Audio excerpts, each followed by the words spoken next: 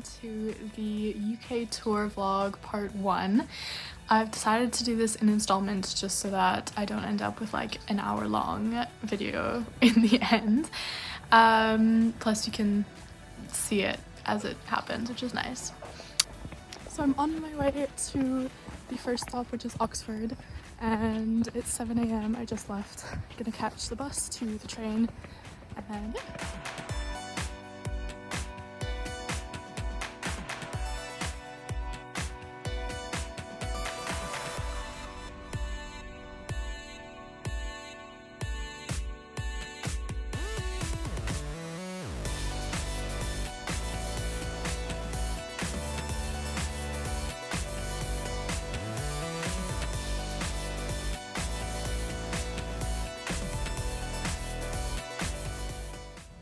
So right after I got to Oxford, I had a tour booked for the Christ Church, which is one of the colleges in the University of Oxford, and it's where they filmed a few Harry Potter scenes, so definitely somewhere I wanted to go. So I got an audio guide, as you can see here, and toured the college. So starting off strong, this is the staircase where McGonagall first meets Harry Potter when he comes into Hogwarts, and right at the top of that is the Great Hall of Christ Church, which is, yes, Harry Potter's Great Hall was inspired by this one, and you can also see the likeness. And what I thought was really interesting was that people actually live and eat there. So they have 2 dinner services, one earlier in the evening, which is more casual, and then a formal one later in the evening where everyone has to dress up. Then we saw the courtyard and other parts of the school. Another interesting thing about Christ Church is that it's the only college to have an actual cathedral. So the dean of Christ Church College has to be an ordained Anglican priest, which I think is super interesting and a definitely unique selling point for the college, because historically the dean always has had to be a priest or some member of the church.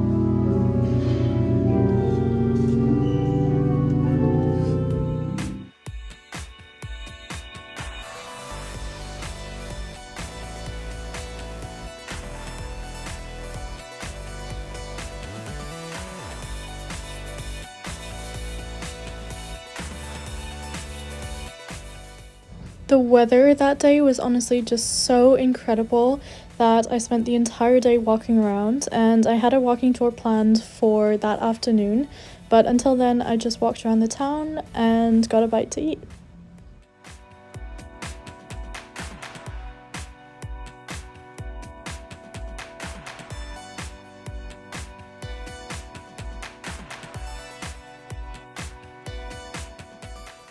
As you can see, this is for exams, so I thought it was absolutely insane that this building is where students take their exams.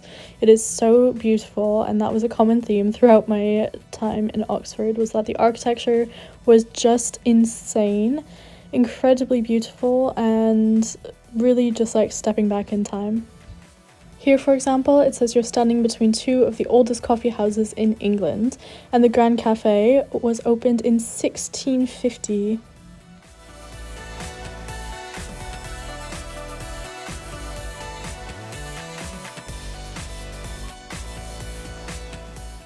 So basically Oxford, the town and the university, is made up of different colleges which act as dorms for the students and also study spaces, as far as I understand. And a lot of them also have their own chapel or church attached, or such as Christ Church, they have an actual cathedral. So this was St. Edmund's, and oftentimes they also have a large open space in the back where students can stay outside and work or mingle, chat, And honestly, it just was so lovely. All of them that I visited, which not all of them are open to the public because they are private colleges, but they act as dorms, almost like houses in Harry Potter. So this is the main area of the university where the Bodleian Library is, and though I didn't go in, I got to see the square where, as you can see, all the tourists are as well. But an actual fun fact, my walking tour came past here after, and the guide told us that Shakespeare actually used to come through here a lot because he visited Oxford a lot while he was writing his plays. So another interesting fact we got on the walking tour was that the buildings are actually arranged geographically. So there was an India building which was arranged to the southeast of Rome, which was a building representing Rome, and there's also a Greek building which was also represented geographically in terms of placement between India and Rome as well. Next, I visited Blackwell's, which is a really famous bookstore, and it was also incredible. Such a surprise when I got down to the basement and it looked like this. It was really a temple of literature. It was just books on books and books.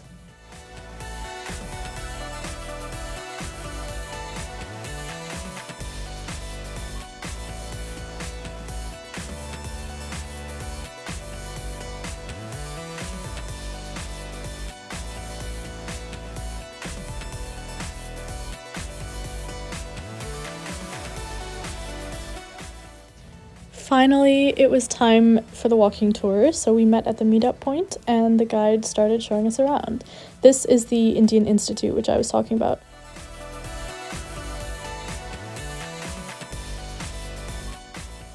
So the tour guide brought us into another college where we went into the chapel and he explained a bit more about how the church and Oxford had evolved together, and he said really the church and the school are one, they are inseparable, and actually during both World Wars, Oxford was not bombed. And this is just conjecture, but he believed that it was because some high-up officials in Germany and members of the church, of course, had been educated at Oxford and so persuaded some specific people to let it be spared.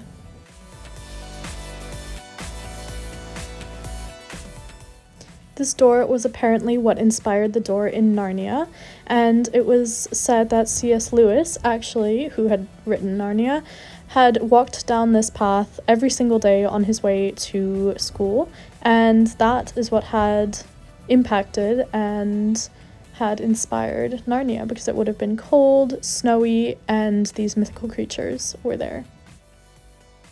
This is the last college we went to on the tour, and then I stopped at the Grand Cafe, which again was created in 1650 for a little snack, which was a crumpet, and honestly it was so overpriced, but that's okay. I ate it and went back to Blackwell's to charge my phone and submit an assignment, which is pretty boring. But after that I just walked around and went to the covered market and literally walked around the rest of the day.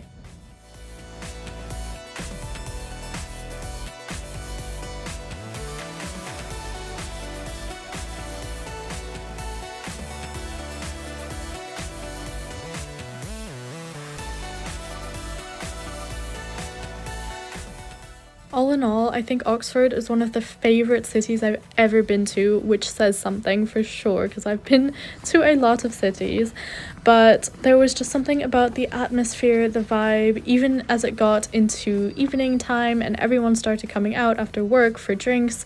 The atmosphere was just so nice, and the weather was perfect, and the architecture and the history were just astounding, and I have no other words. So now I have to do a master's degree there, which is really unfortunate for my bank account and probably not even possible with my grades, but yeah, it's something to possibly look forward to. This was a really cool hotel that I saw that was from the 17th century, and it really did look like it. And in the back there was a tiny hidden tavern. Well, it wasn't very tiny, but it was very hidden, and the streets around it were tiny. But overall, it was just such a nice little back garden, and everyone was drinking and laughing and having a good time.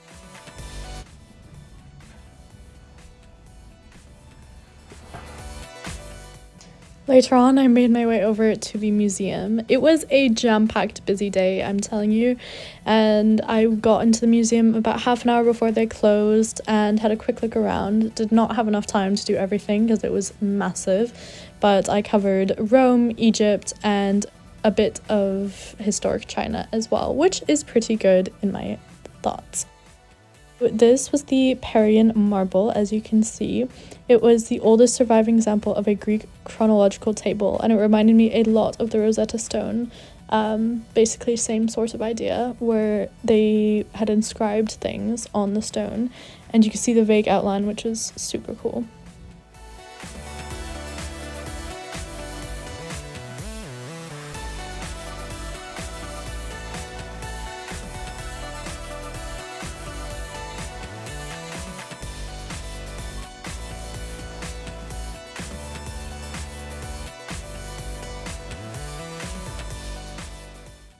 So one thing I learned about Oxford is that everything closes early, so most places were closed at 5 p.m. and I found this market, but they were also closing, and I walked around. Basically around that time I was ready for dinner, so I spent a long time trying to decide what I wanted to eat. Came across this super old looking house, which was also really cool. I have no idea what date it was from, but it was literally about to topple over, so probably quite old, and ended up eating nearby.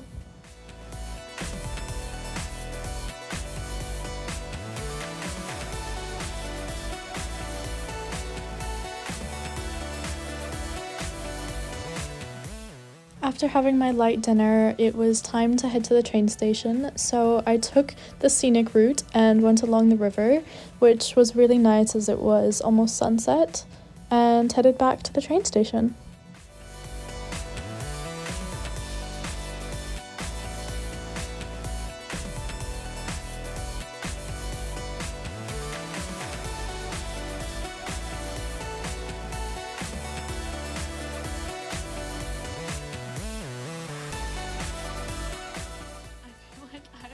In the Middle Ages with candlelight or something. I have a TV fireplace on in Charlotte's room right now because I'm in Cardiff. But basically, at that point, I'd gotten on the first train. I had to switch to a second train, and the first train was 6 minutes delayed. 6 minutes, but it was 6 minutes too late because I missed the connection to the second train, and the next one wasn't for an hour.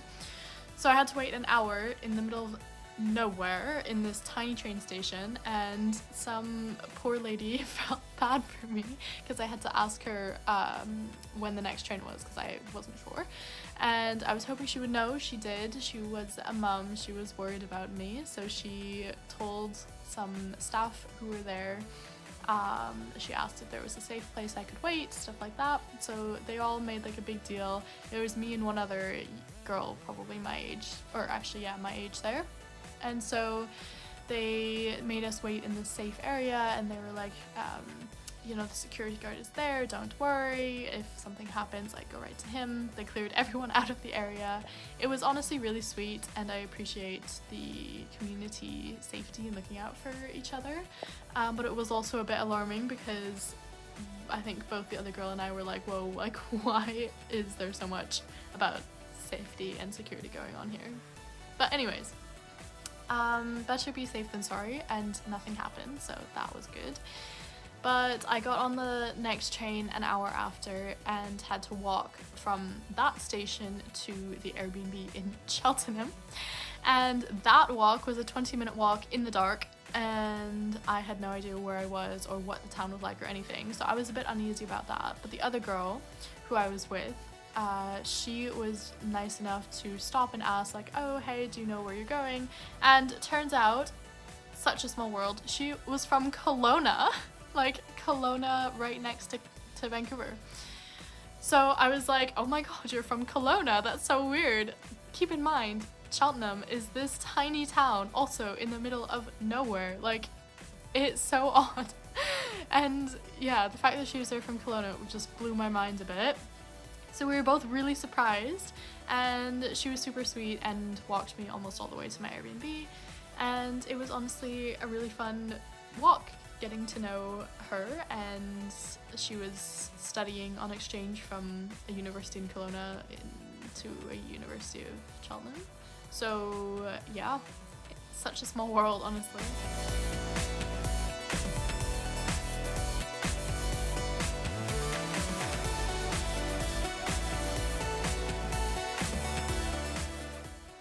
Hey guys, it's day 2.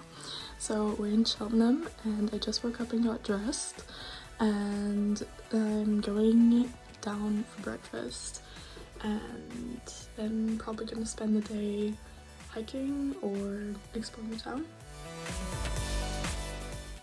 When I came down for breakfast, it was honestly such a nice surprise because I didn't expect it to be that nice. Like, I had seen the photos, but I had only seen everything in the dark when I arrived.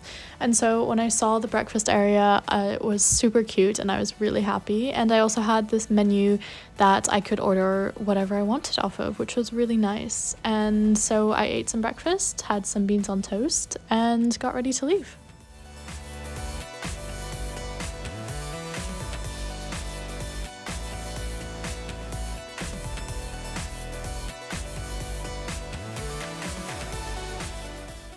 So this was literally Cheltenham city centre, and I at first had really low first impression of it. Like, I was not that in love with it, but honestly that changed after when more people came out and I found the right areas to walk in. But the city centre itself was, yeah, definitely nothing special, I have to say, but it is a small town and it was charming in its own way for sure.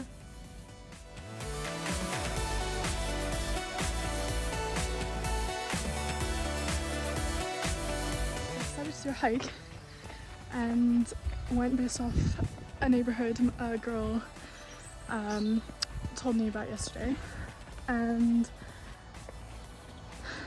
I didn't realize it was gonna be like completely uphill. Like, I should have known because it was a viewpoint, but it's like literally completely uphill, and I'm not wearing the correct shoes for this. It was either waterproof or comfortable, and I went with the waterproof option because wet feet, I think, to me is worse than uncomfortable feet. Yeah.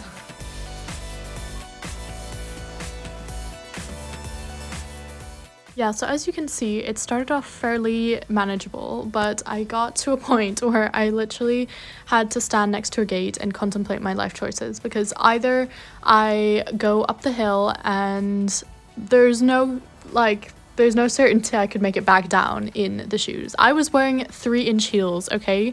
3-inch. They were boots, like they're Timberland boots, but they have 3-inch heels. So I literally had to debate whether I try to climb up this gigantic cliff in my boots or if I turn around, because I would have broken my ankle if there was not an easier way down. This is so interesting. So it used to be a kiln site for limestone, and you can see steps up here, the steps there, which are right there. So this used to be that, which is so cool.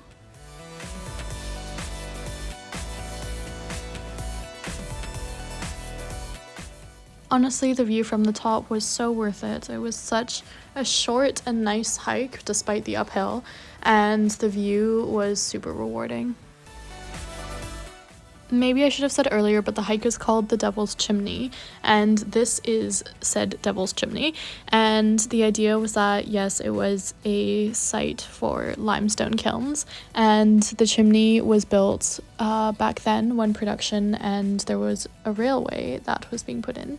So that is at the top of this cliff.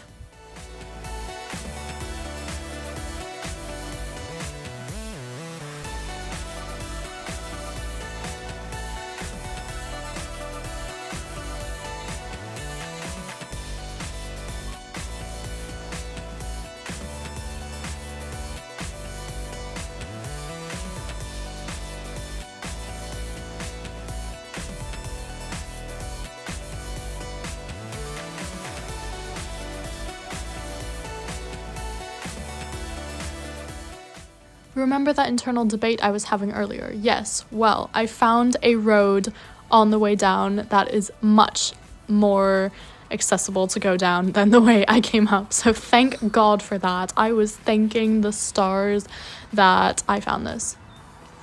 Really happy I made it down there safe, and I didn't sprain an ankle. But now I'm on this little footpath, and hopefully it's going to take me back to the town, because I was walking along the road and the maps told me to walk along the road.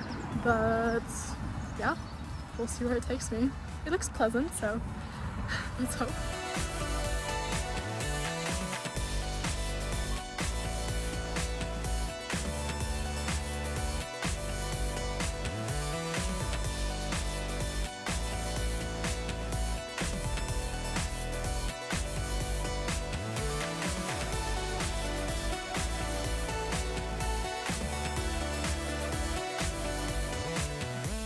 I was up there, like you can't even see it because it's far away now, but it's high, and the town is down there.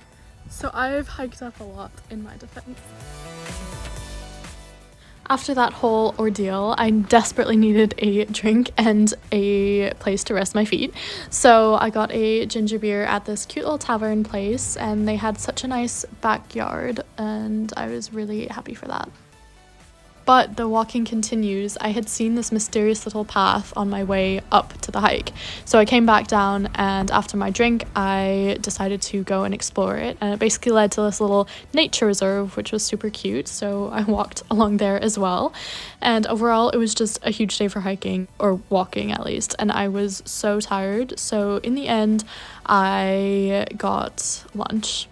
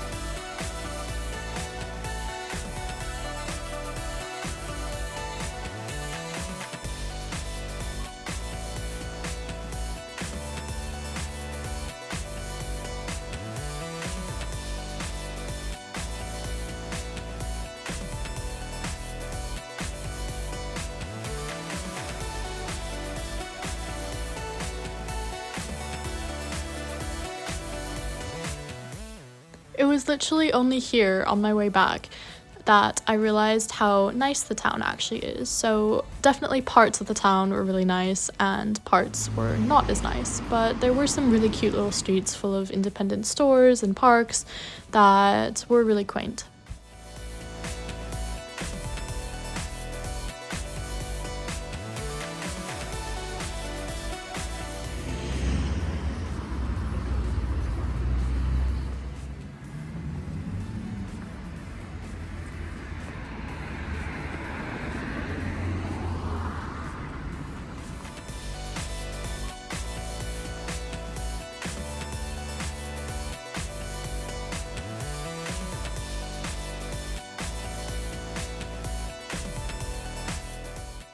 And here I literally kept on walking, so I went back through the town centre and up to the other side of the town, where there was a park that the girl had told me was really nice, and to be fair, it was really nice, and it was a nice neighbourhood as well, so I'm glad I went, but I just had a little break and sat there for a while. Finally, it was time to go back to the bed and breakfast, pick up my bag, and head to the train station. So, of course, I walked to the train station over this nice little green path, which was pedestrian only and was actually really, really nice. But at that point, my feet had really started to hurt, so I was super relieved to get to the train station and take the train to Cardiff. So that is where I'm going to end it, because that was a long enough vlog already, and if you got this far, congratulations, and I'm flattered. And so I will pick off where I left off in Cardiff. And yeah, but for now, love you all, miss you all, and I'll see you in a few days.